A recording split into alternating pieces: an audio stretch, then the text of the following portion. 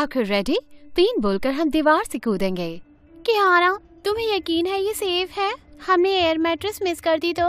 Guys relax करो, ये इतना ऊपर भी नहीं है। मैंने टीवी पर लोगों को ये करते देखा है, मजा आएगा। अच्छी बात, जब मेरे दोस्त कूदे तो मैट्रेस पर गिरे और वो बिल्कुल ठीक थे। बुरी खबर, मैंने मैट्रेस मिस कर दिया और मुझे चोट लग गई। शुरुआत से शुरू करती हूँ। मैं कियाना हूँ नॉर्थ डकोटा से, और आपको लग रहा होगा कि मैं एकदम गधी हूँ जो ऐसे खतरनाक काम करती हूँ, लेकिन मैं भी क्या करूँ, टीनेजर से ऐसी हरकतें करते हैं। आपने भी किया ही होगा। आगे बढ़ने से पहले प्लीज लाइक और सब्सक्राइब करें। किस्मत से जब मैं हॉस्पिटल पहुंची तो डॉक्टर ने कहा मैं ठीक हूँ, क्योंकि मैं उतनी ऊंचाई से नहीं कूदी थी। फिर भी हाथ और पैर में प्लास्टर पहनना पड़ा मुझे 3 महीने के लिए। जब मैं स्कूल वापस गई तो इस बात की खबर सबको लग गई थी, पर सब मेरा ख्याल रख रहे थे। मुझे ठीक देखकर सब बहुत खुश थे। लेकिन फिर मैथ्स क्लास में कुछ अजीब सा हुआ। तो आज हम करेंगे एक्सरसाइज 8 और 10 वर्कबुक से। एक्सरसाइज 9 के बारे में क्या मैम? क्या तुम मेरे एक्सेंट का मजाक उड़ा रही हो?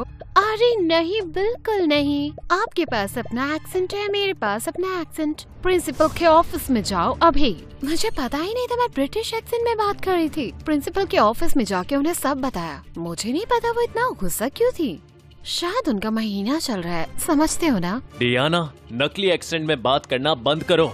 नकली एक्सेंट नहीं है। थोड़ी देर तक प्रिंसिपल और मेरी बहस चली, फिर उन्होंने मेरे पेरेंट्स को बुलाया, पर उनके आने पर भी मैं नकली एक्सेंट में बात कर रही थी और मुझे पता ही नहीं था। और कई दिनों तक ऐसे ही बात करती रही मैं। आखिरकार मॉम डैड मुझे डॉक्टर के पास लेकर गए, क्योंकि मेरा बर्ताव अजीब था। मैं चौंक गई जब डॉक्टर ने बताया मुझे ब्रेन कंडीशन हो गई है मेरे एक्सीडेंट की वजह से, जिसका नाम था फॉरेन एक्सेंट सिंड्रोम, जिसका मतलब अब मैं एक फॉरेनर की तरह बात करूंगी। तो मैं पूरे समय अब ब्रिटिश एक्सेंट में ही बात करती। ये इतनी बड़ी बात नहीं थी, पर स्कूल के बच्चे बहुत कंफ्यूज थे, क्योंकि मैं एकदम अलग तरीके से बात कर रही थी। कुछ लोगों को लगा कि मैं मजाक कर रही हूँ और ये अननोइंग था, और स्कूल के कुछ ब्रिटिश बच्चों को लगता था कि मैं उनका मजाक उड़ा रही हूँ। समय के साथ सब मुझे अवॉइड करने लगे, क्योंकि मैं उनको अनकंफर्टेबल कर रही थी। तो अब मेरे दोस्त गायब हो चुके थे और अब मैं अपना पुराना एक्सेंट वापस चाहती थी। एक दोपहर में स्कूल यार्ड में होमवर्क कर रही थी कि अचानक कोई एक डायमंड रिंग बिल्कुल मेरे सामने ले आया। ये लो मेरी प्रॉमिस रिंग, जिस पर मैंने $10,000 खर्च किए, वो भी मेरी एक स्टूपिड गर्लफ्रेंड के लिए।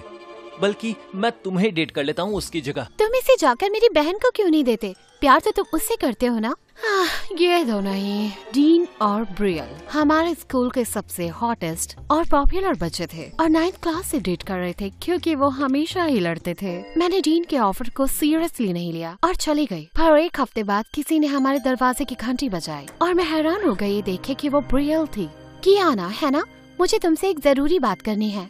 अंदर आओ। मेरा एक्स बॉयफ्रेंड डीन एक मॉन्स्टर है। उसने मुझ पर चीट किया और मेरी बहन के साथ मेक आउट किया, और अब मैं बदला लेना चाहती हूँ और तुम्हारी हेल्प चाहिए। मेरी मदद क्यों चाहिए? हमने तो कभी ठीक से बात भी नहीं की। देखो, मैं जानती हूँ स्कूल के कई बच्चे तुम्हें अजीब समझते हैं, पर डीन को तुम हमेशा से पसंद थी। हमेशा क्लास में वो तुम्हें घूरता रहता था। अगर वो मेरे साथ नहीं होता तो पक्का तुम ही डेट करता। तो मैं सोच रही थी तुम उसको 1 महीने के लिए डेट करो, फिर एक टिकटॉक बताना झूठ मूठ रोते हुए और सबको बताना कि उसने तुम्हें चोट पहुंचाई और तुम्हारा फायदा उठाया। अगर ये मैंने किया तो कोई मुझे सीरियसली नहीं लेगा, क्योंकि हम दोनों तो हमेशा लड़ते ही रहते हैं किसी न किसी बात पर। क्या तुम प्लीज मेरे लिए ये करोगी? मेरा सर तो चकरा गया। पहली बात, क्या उसने ये कहा कि मैं स्कूल के सबसे हॉट लड़के को सुंदर लगती थी? वेल, अगर वो एक नालायक चीटर है तो फिर क्या ही फर्क पड़ता है। पर फिर भी वाओ, ब्रियल ने जिद की कि मैं उसकी मदद करूं। लंबा चौड़ा भाषण सुनाया कि डीन को मजा चखाने में कितना मजा आएगा। क्या वो कह रही थी कि हम दोनों दोस्त बन सकते हैं? कितने टाइम से मेरा कोई दोस्त नहीं रहा था और अब मैं BFF बन सकती हूँ स्कूल की क्वीन बी की, और इससे शायद मेरे और भी दोस्त बन जाएं। मुझे बस उसके नालायक बॉयफ्रेंड की लाइफ खराब करनी थी। मैं करूँगी। उस हफ्ते ब्रियल और मैंने खाली क्लासरूम ढूंढा एक प्लान बनाने के लिए। पहला स्टेप, डीन के साथ फ्लर्ट करके बताओ कि तुम इंटरेस्टेड हो। क्लास में उस पर स्माइल करना, उसकी तारीफ करना, अपनी स्कूल बुक गिरा देना उसका ध्यान खींचने के लिए। जब से मुझे चोट लगी थी मैंने किसी के साथ फ्लर्ट नहीं किया था, पर यकीन था कि ये तो मैं कर लूंगी। तो जब मैंने डीन को देखा मैं उसके पास गई और मैंने अपनी किताबें जमीन पर गिरा दी, पर बदकिस्मती से एक किताब उसके जूते पर गिरी और वो चीख पड़ा। आओ, आओ, मेरा पैर टूट गया, मैं अपना पैर खो दूंगा। I'm so sorry। हद है, मुझे उसके साथ फ्लर्ट करना था, उसका मर्डर नहीं करना था। ओह, ये तुम हो कियाना, हिस्ट्री क्लास की वो हॉट लड़की जो अमेरिकन होते हुए भी ब्रिटिश एक्सेंट में बोलती है। हाँ, वो मैं हूँ। बेचारे तुम, टेक्स्ट बुक भी पैर पर गिर गई और तुम्हारी गर्लफ्रेंड ने भी तुमको छोड़ दिया। एक्चुअली हम दोनों ने एक दूसरे को छोड़ा है तो मैं तो इमेजिन ही कर सकती हूँ कि ब्रेकअप होना कैसा होता है। अब तुम हमेशा सिंगल, दुखी और पैथेटिक रहोगे। पर तुम्हारी किस्मत अच्छी है, तुम मुझे डिनर पर ले जा सकते हो, एक डेट पर। वाकई? मुझे कार में भी लेने आ सकते हो और फूल भी ला सकते हो, खासकर सफेद गुलाब प्लीज, वो मेरे फेवरेट है। पर ये मेरा गिफ्ट है तुमको। डीन ने तुरंत हाँ कह दी। मुझे बहुत गर्व था अपने आप पर कि इतने आराम से कर लिया। पर बदकिस्मती से मेरी असल डेट बिल्कुल अच्छी नहीं थी, क्योंकि डीन एक नंबर का अखड़ू लड़का था। हर चीज की शिकायत करता, चेयर में बैठ के दर्द होता है, म्यूजिक ज्यादा तेज है। और जब उसने बफेलो विंग्स खाए तो उसे इतनी मिर्ची लगी कि वो रोने लगा और कहा मुझे हॉस्पिटल लेके चलो। मैं मरने वाला हूँ, मैं मरने वाला हूँ, मैं मरने वाला हूँ। हाँ, क्योंकि कितने सारे लोग मर चुके हैं बफेलो विंग्स खाकर। फाइनली जब डेट खत्म हुई तो डीन ने मुझे अपनी कार में घर छोड़ा। यकीन नहीं होता तुम्हें पहले डेट के लिए नहीं पूछा। 2 साल बर्बाद हो गए उस ब्रियल के साथ, जबकि तुम्हारे जैसी हसीन लड़की का मैं बॉयफ्रेंड बन सकता था। मुझे देखते हुए उसकी आंखों में चमक आ गई थी। अरे यार, वीडियो चैट करते हुए मैंने ब्रियल को सब बताया। ये तो परफेक्ट है, वो तो अभी से तुम्हारे वश में आ चुका है। 1 महीने में तुम उसके दिल को चकनाचूर करोगी जैसे उसने मेरा किया है। वो वाकई मेरे वश में आ चुका था। अगली सुबह उठते ही डीन ने मुझे टेक्स्ट किया और 8 तरह के हार्ट इमोजीज भेजे। इतनी जल्दी मेरा दीवाना कैसे हो गया था? मंडे को जब डीन स्कूल में मिला तो सीधा मेरे पास आया एक स्टफ्ड टाइगर लेकर। ओके बेब, ये सुनो, हमारी अगली डेट के लिए हम मेले में चलते हैं और तुम मेरे अमेजिंग कीबॉल स्किल्स को देखना। मैं तुम्हारे लिए ऐसा ही एक टाइगर जीत लूंगा। मैं जानती हूँ मैंने ब्रियल के साथ एक डील की थी, पर ये लड़का बहुत ही ज्यादा अनोइंग था। फिर भी मैं उसके साथ गई 3 और स्टूपिड डेट्स पर। उनमें से एक में हम MSC कैरेक्टर जैसे कॉस्ट्यूम पहन के गए थे।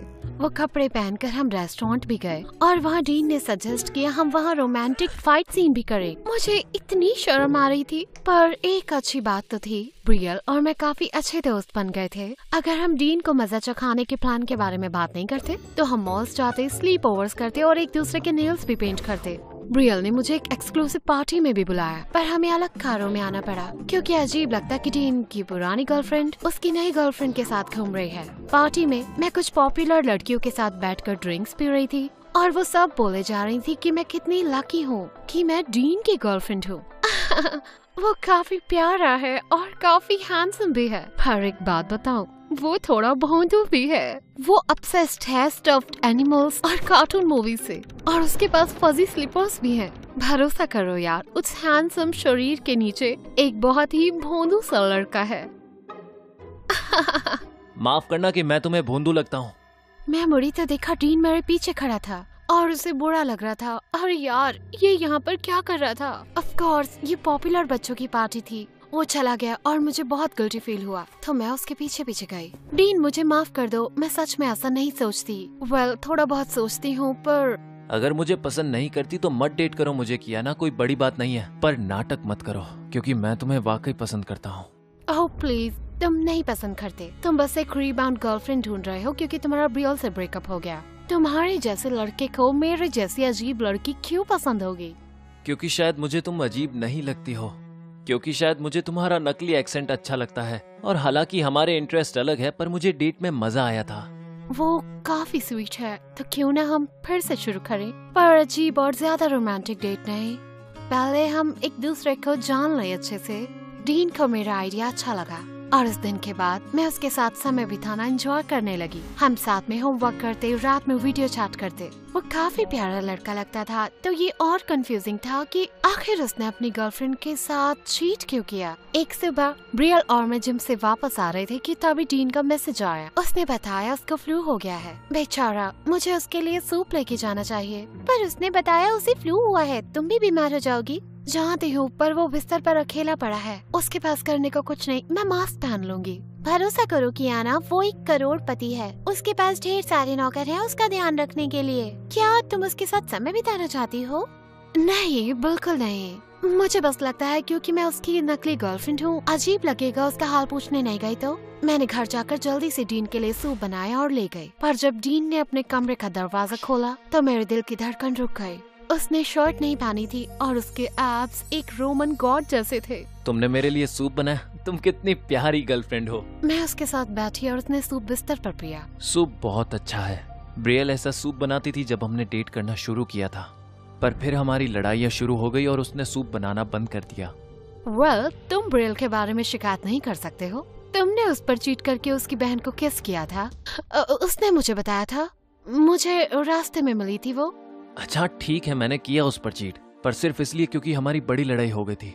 और गुस्से में ब्रियल कहने लगी उसका बेस्ट फ्रेंड कितना हैंडसम है और तो और वो मुझे छोड़कर उसको डेट करेगी। मुझे लगा था वो सीरियस है, इसीलिए मैंने उसकी बहन पर लाइन मारी, पर वो सीरियस नहीं थी, इसीलिए हमारा ब्रेकअप हो गया। उसके बाद ही मैं उसके लिए वो डायमंड रिंग लाया। शायद ये हम दोनों की ही गलती थी। हम एक दूसरे की परवाह करते हैं, पर शायद अब हम अच्छे कपल नहीं रहे थे। जब डीन ने मुझे ये सब बताया तो मैं हैरान रह गई और अचानक उसके साथ ऐसा करना मुझे ठीक नहीं लग रहा था। और मंडे को पूरा दिन स्कूल में मैंने ब्रियल को अवॉइड किया, पर फाइनली उसने मुझे स्कूल के गार्डन में बुक पढ़ते पकड़ा और पूछा क्या चल रहा है। अच्छा ठीक है, मुझे तुमसे थोड़ी दूरी चाहिए थी। डीन ने जो हुआ उसके बारे में सच बताया। तुमने उसके बेस्ट फ्रेंड को डेट करने की धमकी दी और ये सब एक गलतफहमी थी। जानती हूँ उसने तुम्हारे साथ गलत किया, पर ये तुम्हारे बदले का प्लान कुछ ज्यादा ही है और अब मैं ऐसा नहीं करूँगी। अच्छा ठीक है ये बदले का प्लान थोड़ा बचकाना सा। तो तुम डीन के साथ अब ब्रेकअप कर लो और उससे बात मत करना। अब मुझे उससे बात करने की इजाजत नहीं है। क्यों करनी है बात? वो मेरा एक्स बॉयफ्रेंड है। तुम उसे सच में तो पसंद नहीं करने लगी? मतलब मैंने उसके साथ काफी समय बिताया है, तो अचानक बात बंद करना अजीब लगेगा। और तुम्हें क्या फर्क पड़ता है, तुम अभी उसे पसंद करती हो क्या? ब्रियल अचानक चुप हो गई और तब मुझे समझ आया, बिल्कुल वो उससे प्यार करती है। वो उसका बॉयफ्रेंड था पिछले 2 साल से और उससे भी बुरा। मेरे दिल में भी डीन के लिए जगह बनने लगी थी। बस एक ही चीज कर सकती थी, टेक्स्ट में ब्रेकअप करके उससे कभी दोबारा बात न करूं। पर जैसे ही मैंने मैसेज भेजा, डीन लगातार मुझे कॉल करने लगा और 20 मिनट के बाद मेरे बेडरूम की खिड़की पर नॉक हुई। 3 गैस देती हूँ, सोचो मेरी बालकनी पर कौन था। कियाना, मैं समझा नहीं, मेरे साथ ब्रेकअप क्यों कर रही हो तुम? क्योंकि मुझे तुम्हें डेट करना ही नहीं चाहिए था। इससे पहले कि मैं खुद को रोकती, मैंने डीन को ब्रियल के साथ बनाए हुए प्लान के बारे में सब बता दिया और वो हैरान रह गया। ओके, इतनी ज्यादा पागलपन वाली चीज ब्रियल ने आज तक नहीं की थी और यकीन नहीं होता तुम भी इस प्लान में शामिल हो गई थी। किस तरह की लड़की हो तुम? मैं क्या? मैं चाहती थी मेरा एक दोस्त बने। रुको, क्या मैंने अपनी असली आवाज में बात की? डॉक्टर्स ने कहा था फॉरेन एक्सेंट सिंड्रोम समय के साथ जा सकता है, पर उस हादसे के बाद से पहली बार मैंने अपने नॉर्मल एक्सेंट में बोला था। मैं तुरंत नीचे भागी अपने पेरेंट्स को बताने के लिए।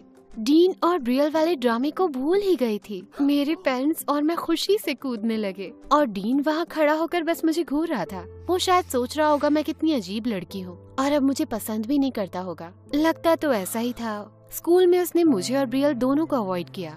ब्रियल खुश थी कि मैं ठीक हो गई हूँ।